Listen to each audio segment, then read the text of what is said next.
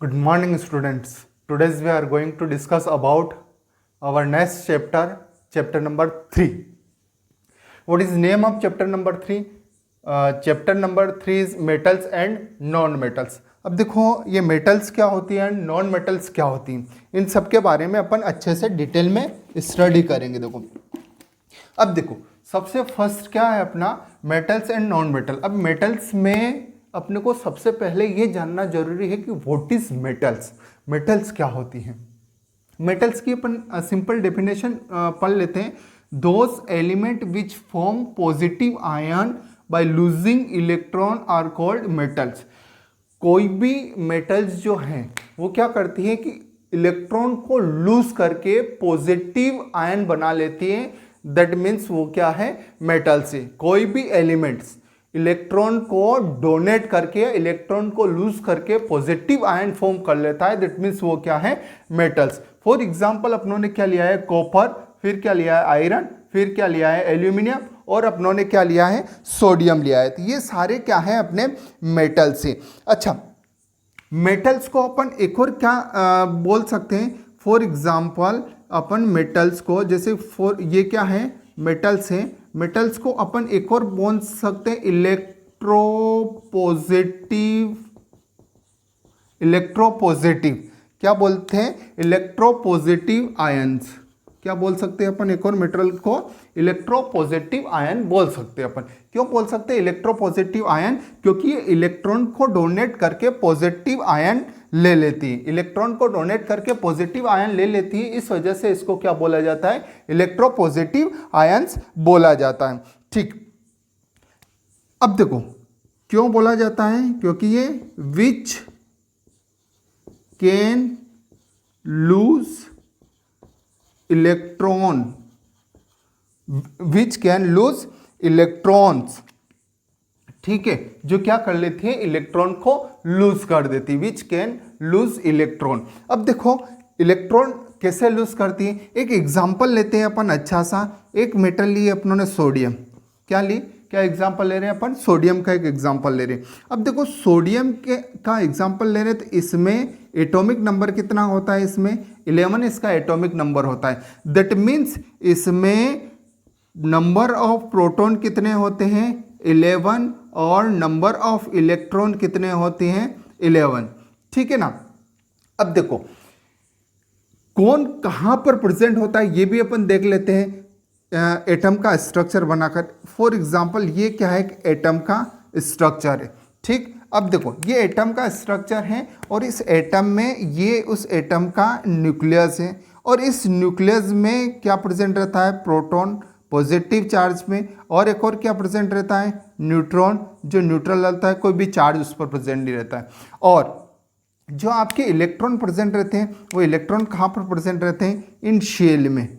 कौन कौन सी शेल में, इन शेल में। इलेक्ट्रॉन जो है इसके आउटर मोस्ट सेल में प्रेजेंट रहते हैं, किसके, न्यूक्लियस के आउटर मोस्ट सेल में इलेक्ट्रॉन प्रेजेंट रहते हैं। अब देखो इस सोडियम का अपन इलेक्ट्रॉनिक कन्फिग्रेशन बनाएं तो ये आएगा 2, 8 और 1। ये मैंने आपको 9th में अच्छे से सिखाया था। 2, 8, 1 इसका इलेक्ट्रॉनिक कन्फिग्रेशन रहेगा। अब देखो इलेक्ट्रॉनिक कन्फिग्रेशन क्या रहेगा इसका, 2, 8, 1। तो देखो ये 2, 8, 1 इसकी फर्स्ट सेल में कितने इलेक्ट्रॉन रहेंगे, 2 इलेक्ट्रॉन। ये फर्स्ट सेल है इसकी सोडियम की, इस फर्स्ट सेल में कितने इलेक्ट्रॉन रहेंगे, 2। एंड सेकंड सेल में कितने इलेक्ट्रॉन है इसके पास, 8। 1, 2, 3, 4, 5, 6, 7 एंड 8 इलेक्ट्रॉन रहेंगे। और लास्ट की सेल में कितने इलेक्ट्रॉन रहेंगे इसके पास में, 1 इलेक्ट्रॉन रहेगा।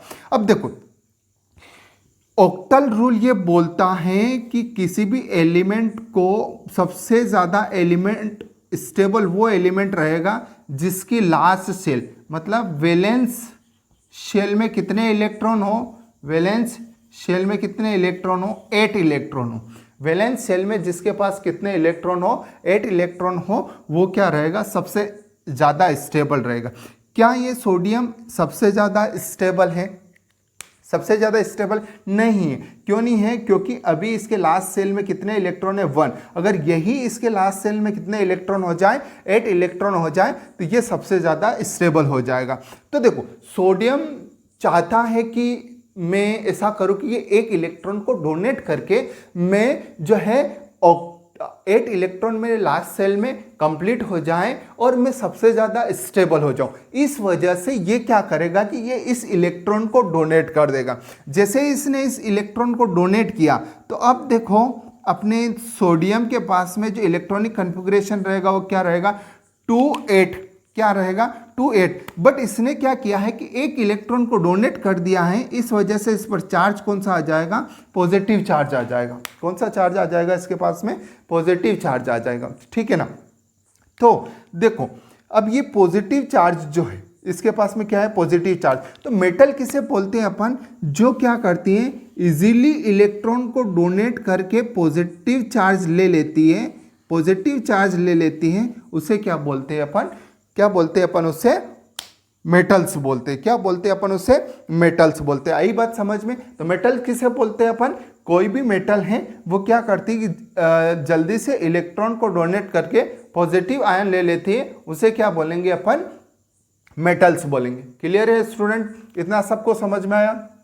मेटल्स किसे बोलते हैं? Those element which form positive ion by losing electron are called metal. Example अपनों ने देख लिए। मेटल्स को अपन क्या बोलते हैं? इलेक्ट्रोपॉजिटिव आयन बोलते हैं, क्योंकि वो इलेक्ट्रॉन को डोनेट करके पॉजिटिव आयन बना लेती है। मेटल्स क्या है? Which can lose electron. Loose electron को लूज क्यों करती हो?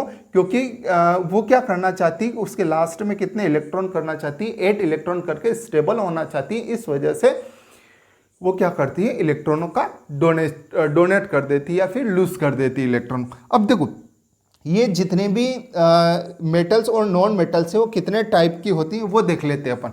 अब देखो ये मैं रफ कर रहा हूँ, ठीक है। अब देखो इसके टाइप्स देख लेते हैं अपन मेटल्स के, कौन कौन सी टाइप्स होती हैं। सबसे पहले अपन देखें Nobel metal. Noble metals. Noble metals किसे बोलते हैं? नोबल मेटल उसे बोलते हैं जो क्या होती है? लेस रिएक्टिव होती है। कैसी रहती है? लेस रिएक्टिव होती है। लेस रिएक्टिव होती है दैट मीन्स वो इजीली किसी से रिएक्शन नहीं करती। इजीली रिएक्शन नहीं करती है। फॉर एग्जाम्पल अपन देख लेते हैं क्या क्या एग्जाम्पल होंगे इसके। गोल्ड इसका एग्जाम्पल होगा, जो गोल्ड किसी से जल्दी रिएक्शन नहीं करता, इसीलिए इसके ऑर्नामेंट्स बनाए जाते। गोल्ड का सिंबल क्या है? AU। ठीक है, इसी हिसाब से प्लेटिनम। प्लेटिनम प्लेटिनम PT, ये भी क्या है? लेस रिएक्टिव है। सिल्वर सिल्वर AG, ये भी क्या है? Less reactive.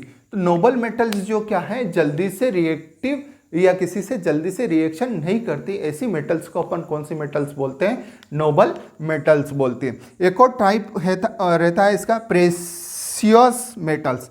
कौन सा? Precious metal. अब देख लेते हैं प्रेशियस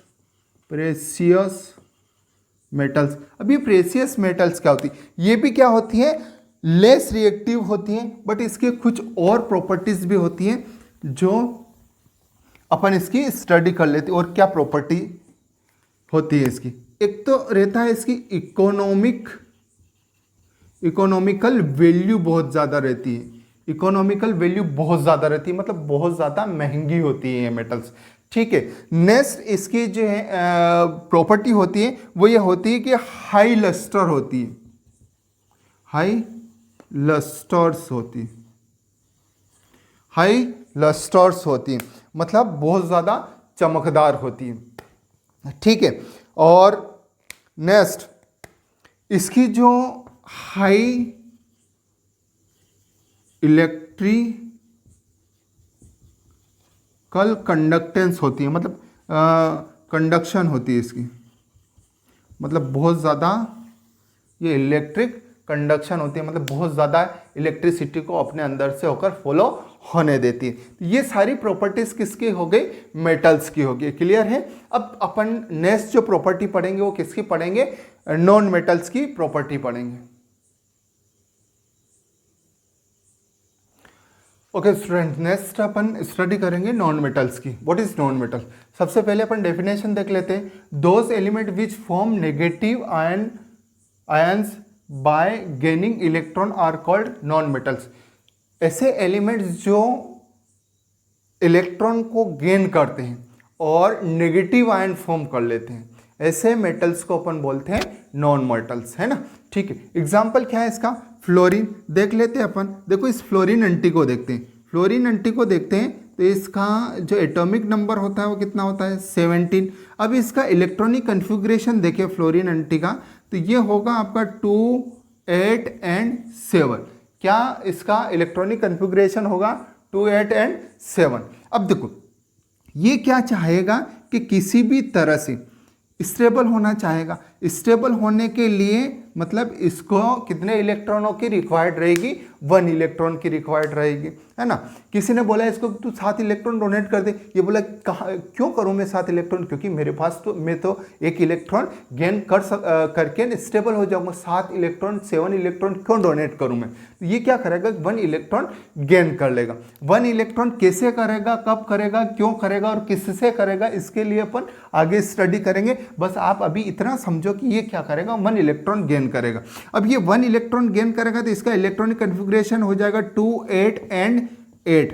ठीक है, जब ये क्या करेगा?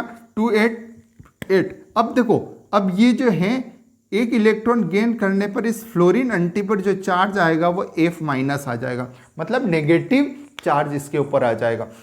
तो क्या डिफिनेशन लिखी थी अपनों ने? Those element which forms negative ion by gaining electron are called non metals. तो नॉन मेटल्स ऐसी मेटल्स होती हैं जो इलेक्ट्रॉन को गेन कर लेती हैं और उनके ऊपर नेगेटिव चार्ज आ जाता है। तो और नेगेटिव चार्ज आ जाता है। अच्छा, वो गेन क्यों करती है? क्योंकि वो ऑक्टल कंप्लीट करना चाहिए। अपने वैलेंस शेल में 8 इलेक्ट्रॉन फिल करना चाहते हैं, अपना ऑक्टल कंप्लीट करना चाहते हैं। जब उसका ऑक्टल कंप्लीट हो जाएगा तो वो स्टेबल हो जाएगी। स्टेबल हो जाएगी, इस वजह से वो क्या कर लेते हैं? इलेक्ट्रॉन को गेन कर लेते हैं। ठीक है ना। तो इलेक्ट्रॉन को गेन क्यों करते हैं? क्योंकि वो स्टेबल होना चाहते हैं। इस वजह से उनको क्या बोला जाता है? नॉन मेटल बोला जाता है। क्यों बोला जाता है? क्योंकि वो इलेक्ट्रॉन को गेन कर लेती है। इलेक्ट्रॉन को जैसे ही गेन करती हो तो उन पर चार्ज कौन सा आ जाएगा? माइनस चार्ज आ जाएगा। ओके स्टूडेंट्स, तो ये था अपने नॉर्मल डेफिनेशन किसकी? मेटल्स और नॉन मेटल्स की। इस चैप्टर की अपन शुरुआत कर चुके हैं। कौन सा chapter? Metal and non metal, chapter number 3। Okay, thank you everyone and have a nice day.